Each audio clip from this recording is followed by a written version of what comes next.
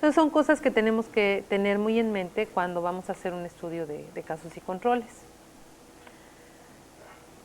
Y después llegamos a los estudios de cohorte, el estudio de seguimiento. Estos estudios los vamos a realizar cuando ya tengamos evidencia de asociación de la enfermedad y la exposición. Es decir, si yo sospecho de que quizás a lo mejor haya algún tipo de asociación entre determinada exposición y determinada enfermedad, no es un estudio de cohorte lo que tengo que hacer. Necesito primero evidencia de que existe tal asociación. Entonces me hago un estudio desde un reporte de casos o un estudio ecológico o también un estudio transversal. Pero hasta que no tenga la evidencia de que hay una asociación, puedo ir a hacer un estudio de cohorte. Si la exposición es rara, pero la incidencia de la enfermedad entre los expuestos es alta, es adecuado hacer estudios de cohorte. Hace un momento les platicaba el caso de si el consumo de heroína era un factor asociado a bajo peso al nacer, pero era una exposición rara y decíamos, el estudio de casos y controles no nos va a funcionar porque una proporción muy pequeña de la población está expuesta a ese factor de riesgo.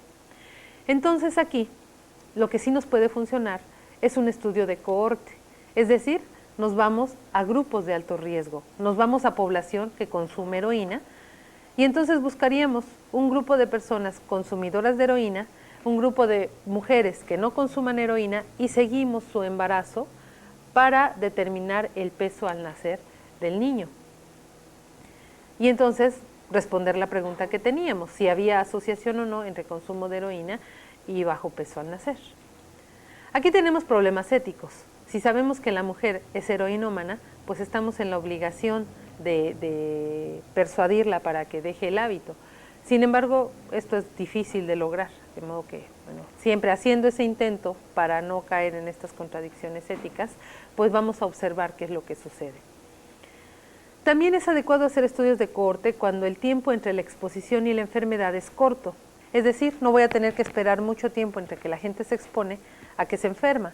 Es adecuado. Si yo tuviera una enfermedad con un periodo de incubación largo, pues voy a tener que invertirle varios años de mi vida para ver cuántos casos se me van desarrollando. De modo que esta no sería la mejor aproximación. Cuando la enfermedad es de periodo de incubación largo, me sirve más un estudio de casos y controles. Y cuando es corto, un estudio de cohorte.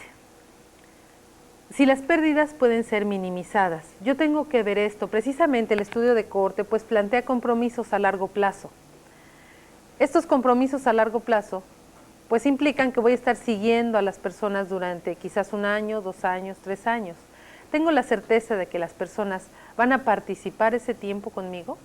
¿No será que a los 6 meses ya se me fueron de 100, 20 y a los otros 6 meses de 100 ya nada más tengo 30? Y mis 2 años de seguimiento los termino con 2 personas. ¿A quién le puedo extrapolar los resultados? Pues a esas 2 personas nada más. Entonces deja de ser útil mi estudio de cohorte. De modo que si veo la forma de minimizar las pérdidas, adelante. Así como si existen suficientes recursos. Hay ocasiones en donde planteamos un estudio de seguimiento para 5 años y nada más tenemos ahorita el recurso financiero para el primer año. Y decimos, arrancamos. En el camino vamos a conseguir más. Y si no conseguimos, ya nada más pues hicimos un gasto innecesario, puesto que con 1 año de seguimiento no logramos los resultados que hubiéramos esperado. De modo que planteamos el seguimiento de cuánto tiempo va a ser y arrancamos el seguimiento cuando tengamos el presupuesto para el seguimiento. Algunas de sus... este es el esquema que nos propone Kleinbaum para el estudio de cohorte, en el cual nos dice, tenemos una población. De esa población vamos a ver quiénes tienen la enfermedad y quiénes no la tienen. Aquí hay una línea, ¿sí? Solamente